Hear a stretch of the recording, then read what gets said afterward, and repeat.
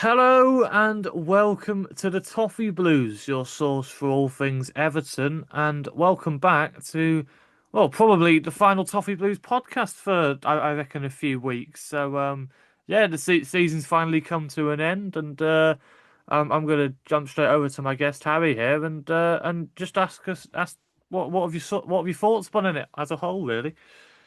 Oh, I mean, tale of let's get off and running and hello, by the way, and get off and running to with footballing cliches, which is it was definitely a season of two halves, wasn't it? I mean, it feels like lifetimes between, where we were at the start of this season. If you think about the ownership, the manager, the infrastructure at the club, and then if you look at where we are now and where we finished the season, I mean, obviously we talked on the pod last week about the points total that David Moyes had got after the Southampton game and how, if he'd have been on 0 points when he come in, we'd have mathematically stayed up. And then, we went and won at the weekend. I just think it's been like a palate cleanser hour. I think we've had so many seasons where it's been scrappy and trying to find elements of joy in the football, and there's been very few. But I think, new owners, new stadium, kind of returning manager, looks like there's going to be some new signings. So yeah, second half of the season has more than made up for the first half, in my opinion. What about you? Where are you standing now that we're a few days removed from the last game?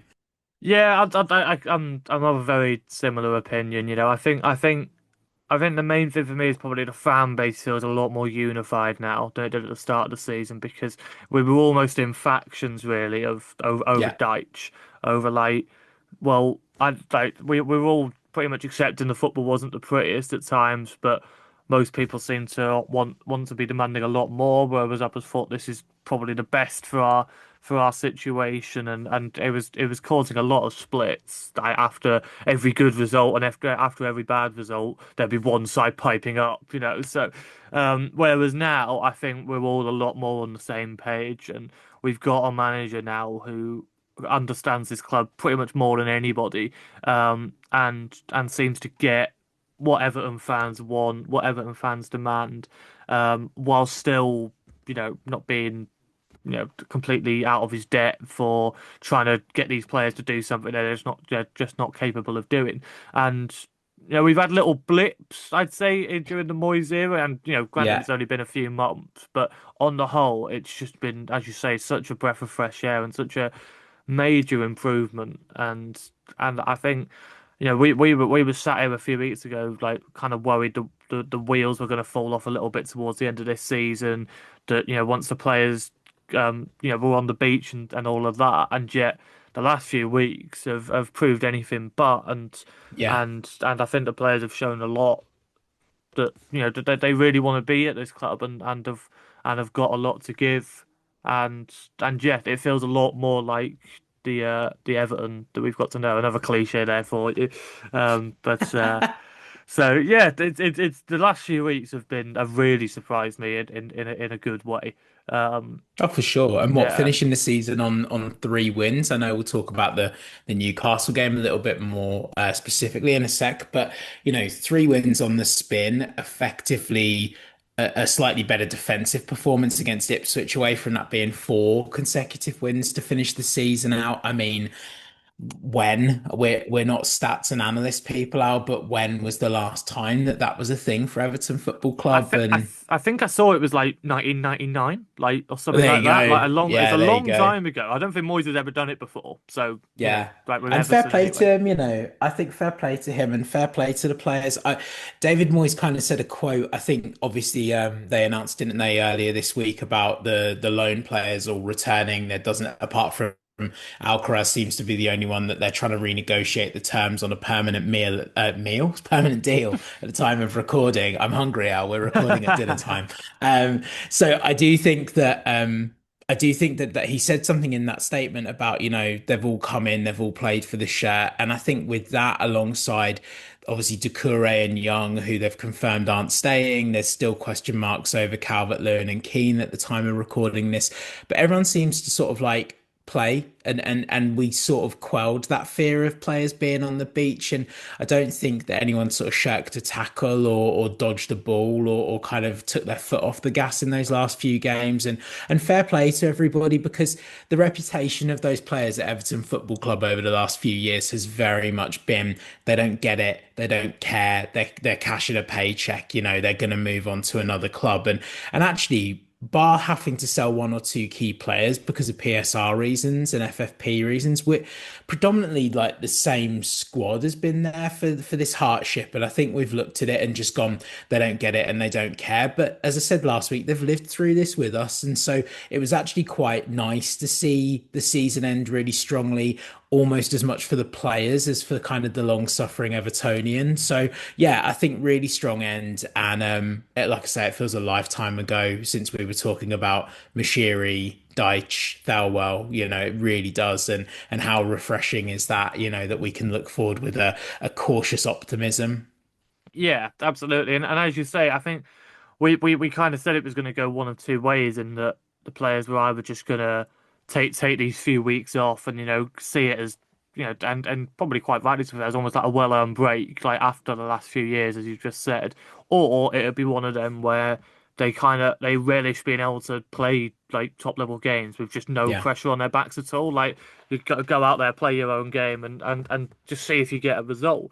And I think in the last few games we've definitely seen the latter, and to real good effect as well. Two Mhm. away wins as well. Um, Yeah. the away form in particular has just been incredible under Moyes, really, when you think about it. And we've managed to get more away wins and home wins in our final season at Goodison, which again it's a bit of an annoying, like ironic type thing, but Yeah. it I think it says more about our improvement on the road than maybe us struggling at home, I'd say, to be honest, because a few years ago we literally just couldn't get an away result like for anything. We'd get like one or two a season maybe, whereas we've had two just this month. So that Yeah. just shows really just how much that thing has improved. So yeah, we should probably talk about Newcastle a little bit. We've we were sat here last week almost laughing about the fact that we're probably going to get nothing from this game, and yet, as I say, it turned out completely differently. Another real pleasant surprise. Yeah, what exactly happened on Sunday? Like, Well, I'll tell you exactly what happened for me on Sunday, Al, which was this game was a complete write-off with nothing riding on it. So I went out for a nice long walk and just kind of enjoyed some scenery, come back and had a look at the final scores on my phone. And I was with a friend who is an Aston Villa fan, so would have been a lot more interested in what was going on the final day, and obviously wanted Everton to play their part. And it's kind of, do you want the good news or the bad news? The good news being that we played our part, but Aston Villa didn't play theirs, nor did the kind of the referee. But we're not an Aston Villa pod. I don't know what happened. I was listening to Gary Lineker's podcast yesterday, and Alan Shearer was kind of giving it the doesn't matter because we qualified for the Champions League, and they were off the boil. I think he was doing Newcastle a bit of a disservice. I didn't think that, I mean, Newcastle weren't fantastic, but I didn't think it was sort of like Southampton levels of, oh, they just don't care and they're never going to score. They did pose a threat, and I think Everton had to play. And I think that was the most surprising thing, was that it was almost like we were playing as if we needed 3 points from the final game of the season. And I don't think any of us expected that. And, Pickford playing, I don't think any of us expected that. He went with a relatively strong team.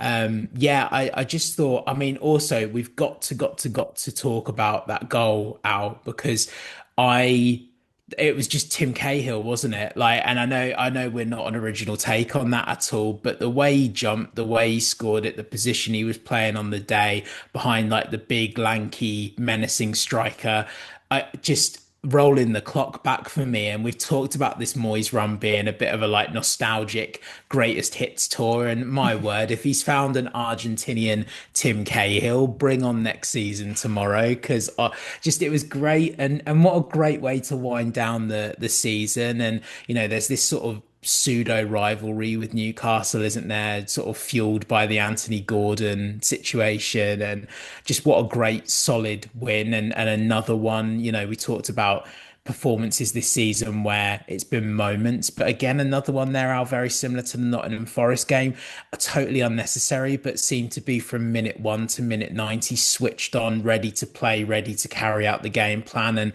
and creating chances and putting one away. So yeah, very surprising end to the season, but in the best of ways as opposed to the sweaty ways we've been used to in the last few years. Yeah, yeah, I completely agree. You know, what you said about Shearer there was very reminiscent of what the commentary was like during the game, and I get it because, as you say, that there was nothing in the game for us, Yeah, whereas the whole narrative was about Newcastle probably needing the points to get Champions League. But the whole thing seems to be that Newcastle will score eventually. You know that they'll find a way. It's just not happening for them at the moment, and we just didn't seem to be getting any credit at all. Whereas I thought we made it so difficult for them, and mm, you know with a completely second choice defensive line, like with Keane yeah, and O'Brien. Like, you know, say what you want about how great O'Brien has been, and he has been brilliant, but he's still definitely a second choice centre back, a backup centre back in that position. Never played with Keane before, and yet they looked like they played together for ages. They were absolutely like just very, very solid and didn't give anything up. And all the best chances in the game I thought fell to us. I was actually yeah. getting annoyed we weren't killing the game off. Beto had a good chance. Calvert-Lewin came on and should have scored like late on. Um, and yeah, like I thought we would like as you say from minute one, um, really like playing with the initiative and we'd sit back and let them kind of pass the ball around the edge of our penalty area, but there was no way through. And as you said, they went very strong as well. There was talk that Isak probably wasn't going to be starting, but he does start. Obviously, Gordon gets hooked at half time, which will have raised a lot of smiles among the Everton camp, I'm sure.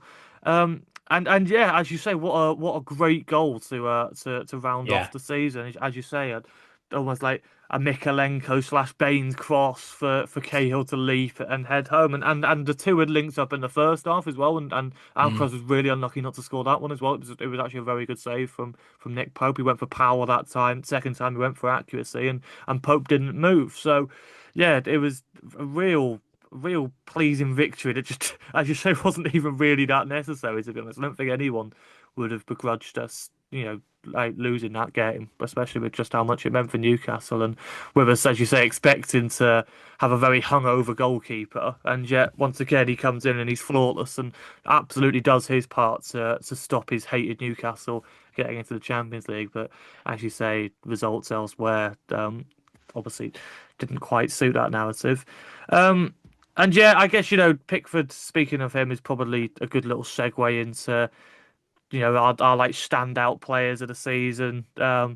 He can't win player of the season again, can he? I mean, he's as usual, he's in contention, but at this point, even he must be like, this is boring, lads. Give it to someone else. Come on, like just to everyone else. Can we all just step up now so that I don't have to keep collecting these awards?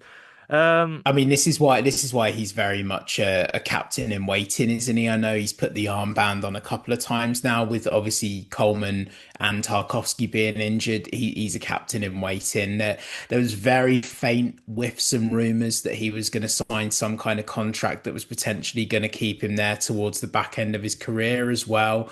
Um, the answer to that, Al, can he win Player of the Season again? To kind of like paraphrase Mick McCarthy, he can, like, and he probably will.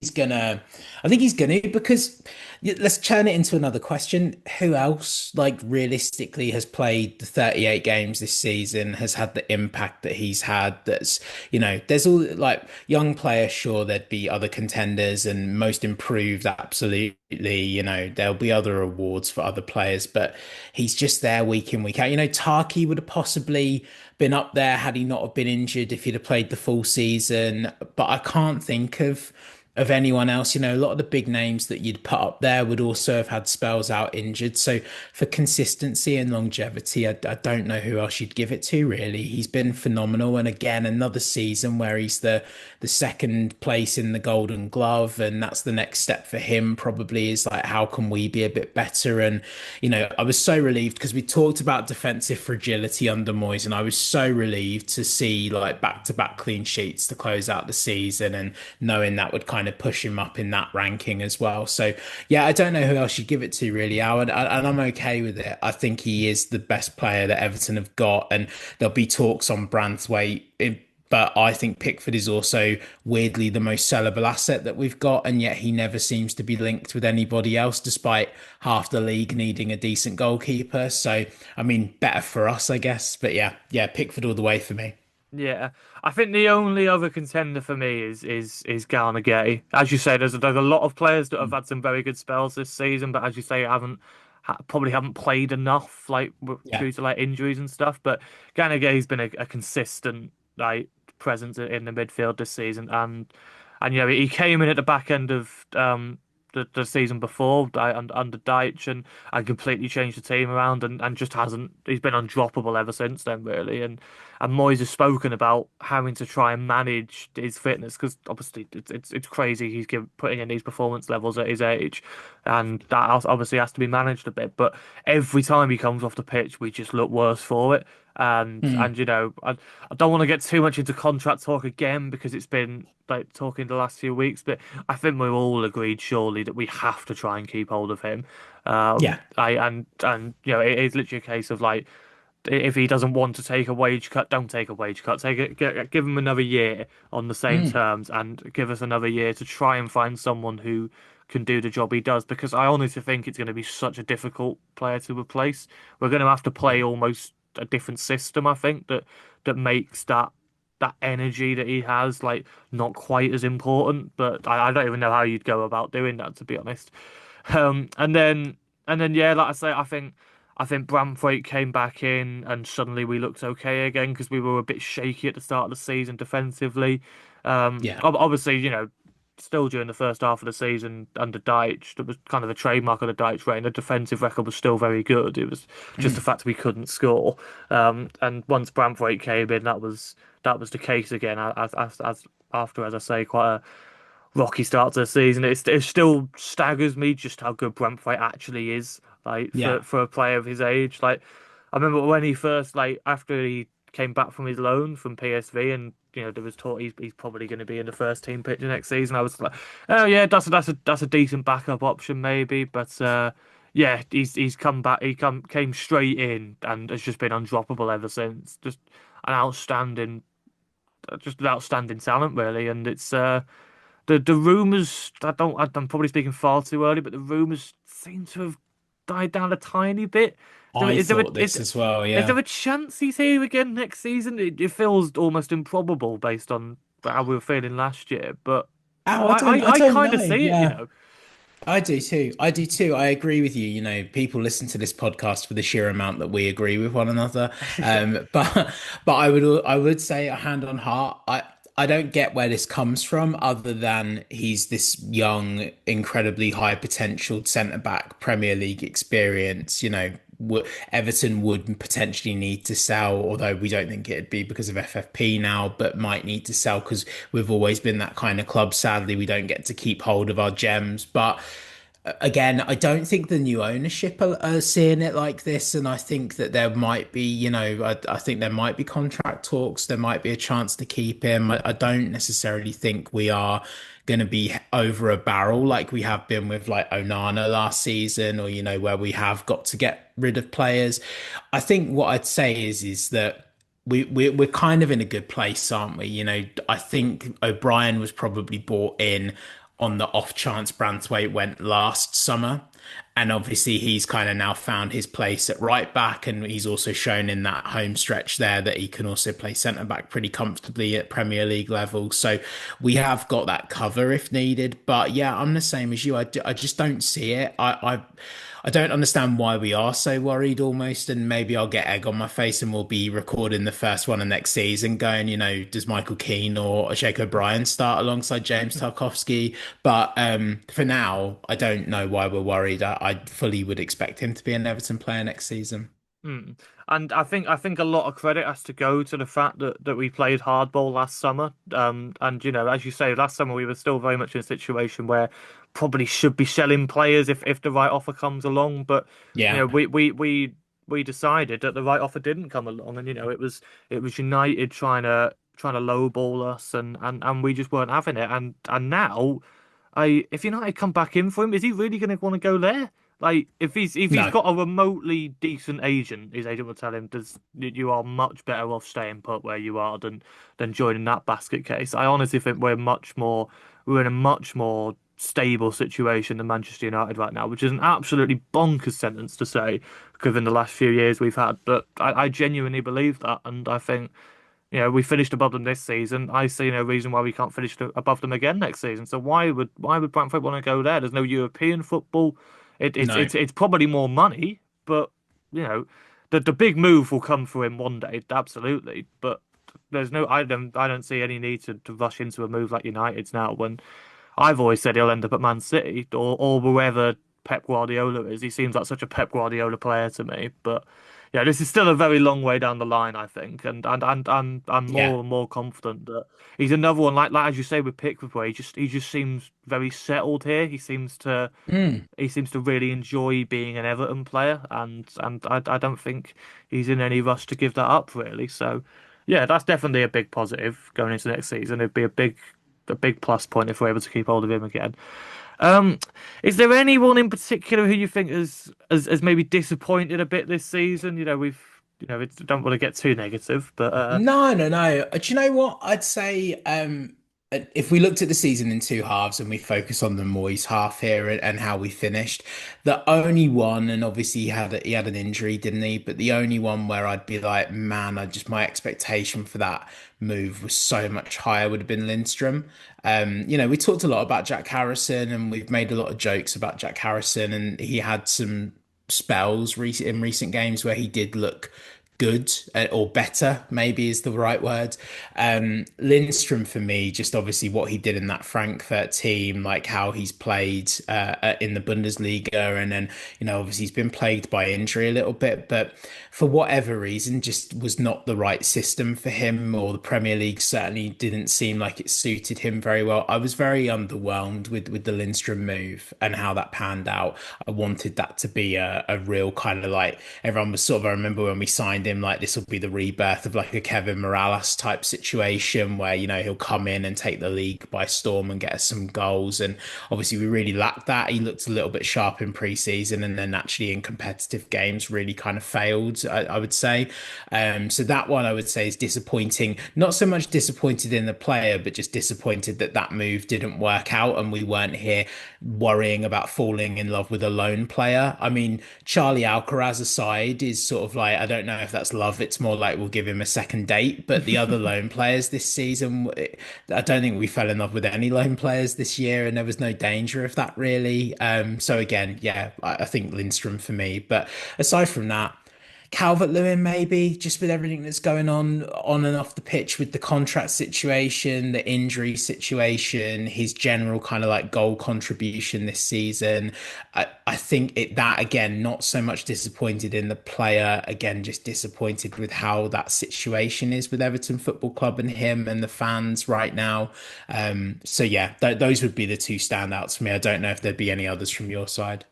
no, yeah, Lynchton was definitely the example I was going to go with, and again, it's another one where I do have a little sympathy. It's kind of the same with Jack Harrison, to be honest. I don't really think either of them are natural right wingers, Mm, and Harrison would probably prefer to be played on the left. Lynchton would probably prefer to be played in the middle, and throughout their time at Everton, we've never really seen them in those positions at all, to be honest. And I think in that case, we haven't really got to see the best of them. Remember, there was the game against when we played Tottenham at Goodison. Remember, Lindstrom that day was outstanding, and I really thought yeah. that was the moment where I really thought, right, okay, this is clicking now. And Moyes has found a role for it. That was the first game where we changed things up, and Jake O'Brien came in at right back, and suddenly Lindstrom just like looked like he had a new lease of life, and then yeah, as you say, it just kind of fell away a bit again after that, and then he gets the injury, and so, yeah, as you say, that was a bit of a disappointing one. I was exactly the same. I was expecting quite a bit from him in the summer, really. Really thought that there was a player in there, and obviously it didn't quite work out. Um, and yeah, I think it's been so long now since we've actually had a natural right winger, someone who just looks comfortable out there, whether they're right-footed or left-footed, but just someone with a bit of pace who can cut in or deliver a good cross and isn't just being played out of position really, which I think for the last 2 seasons, whether it's Harrison or Lindstrom, has been the case. So yeah, that's definitely something to be looked at next season, I'd say. Um, Yeah. what have been some of your standout moments this season, good or bad, I guess?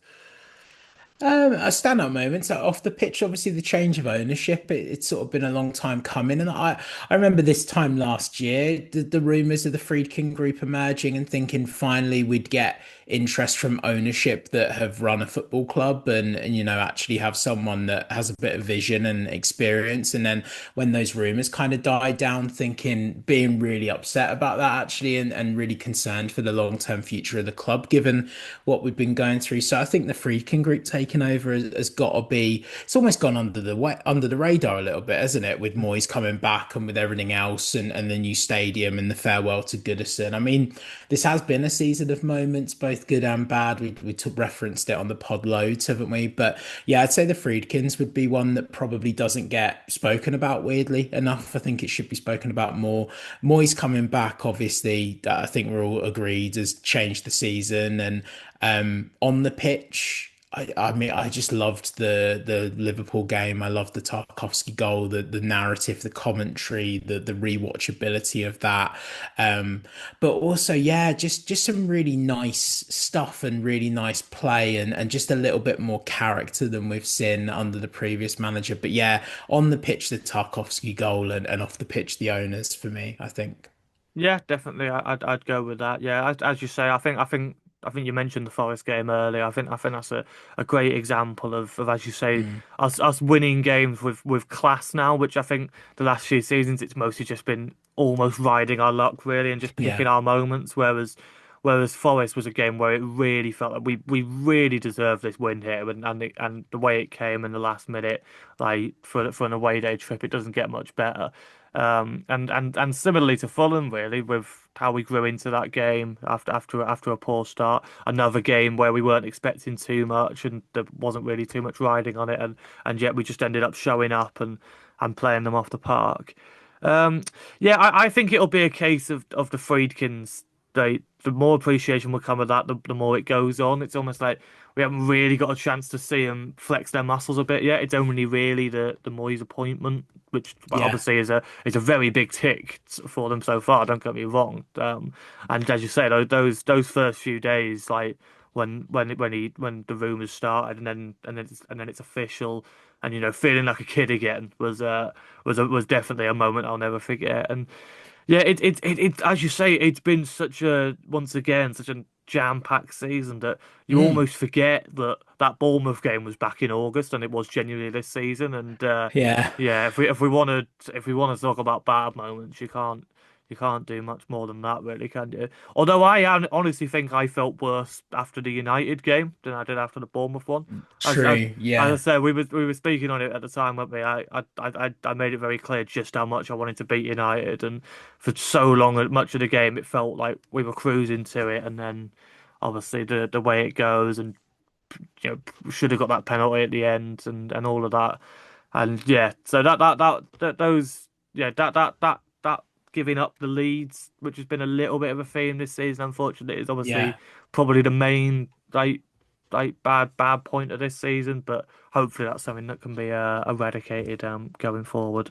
So yeah, we've spoken about it a little bit, and obviously I made it very clear that right winger is the position I'd probably be prioritising this summer. But what else do you think, looking forward now and looking ahead into the transfer market once we dip our hand in, do you think needs to be looked at the most this season for this team to go on to the next level? Yeah, I mean, he's got some big decisions he's got to make, hasn't he? I imagine he's probably got to have all of these existing players on a board somewhere in terms of like how he sees them lining up next year. The You said right wing. I said a couple of weeks ago on the pod right back, and I kind of still stand by that. I just don't think Coleman's body is going to allow him to be much a part of a player next season as much as his mind, and David Moyes might want him to still be a player next season. I just don't know if that's going to happen.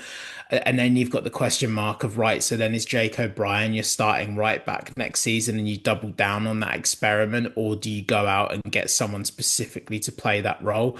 I think if he wants to evolve and play in the way that he wants to play, he often refers to O'Brien as a hybrid role, a role that probably he wasn't banking on having to use in his starting 11. So I think a strong right back that can cross a ball is definitely needed alongside, like you say, someone that naturally plays on that right hand side. We've talked on the pod about versatility, haven't we? This idea of players that can play in multiple positions, and that being kind of a Moyes player because he likes a small squad. But for some reason, I just think Everton need right-sided players that's their position and they don't kind of deviate or have other options in terms of where else on the pitch they play. Obviously, he's going to have to go and get a backup goalkeeper now with obviously Begovic and Virginia both kind of bowing out. That was a bit of a surprise that both of those were on their way out. So he's going to have to go and get a second with probably one of the young lads then becoming the third choice next season.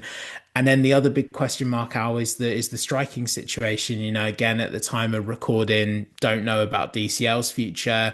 We kind of, I feel like we're unified on this, that I think we both see Beto maybe as an Everton player next season, but is he the starting striker at Everton next season?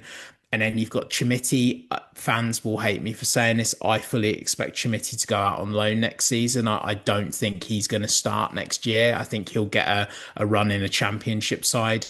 So yeah, then striker becomes a situation for us again. So yeah, I'd say right back as a kind of a one position answer, but just to give you an idea of kind of probably what he's got to consider here over the next few months.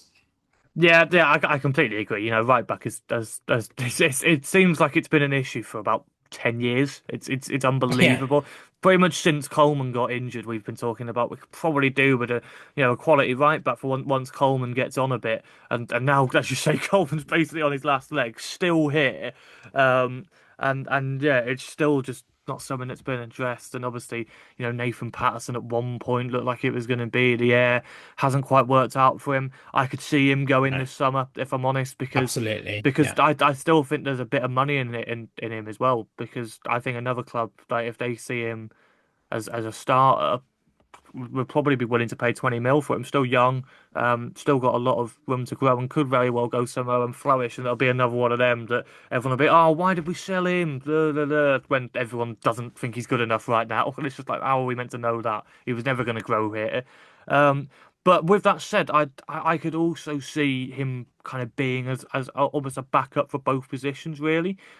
Similar to when Coleman was first coming through and Moyes used to play him at right midfield, because I think he's shown probably more like potential attacking wise than he has defensively. So if you give him yeah. less defensive responsibility at right midfield, it could be that that's what helps his confidence to grow. And then once he grows as a player in that sense, you push him back just like we did with Coleman, because there was a time when Coleman first came in, we didn't really trust him too much defensively, and so Mm. that's what we did with that. But I if in my head, I think he'll probably be sold this summer, which means there isn't really a natural right back in the whole side. As you say, it's just Jake O'Brien, which would definitely be a massive gamble.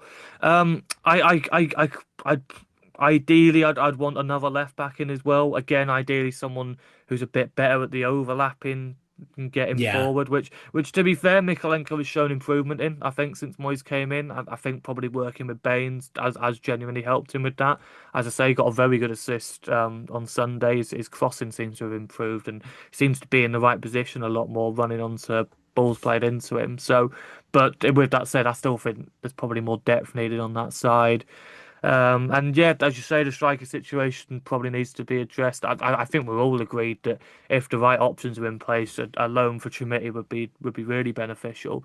We've all seen how well Harrison Armstrong's done like, in the Championship this season, and there's going to be talk about. Is he ready to be a bit part player next season? Do you bring him in and maybe loan Iwabunam out?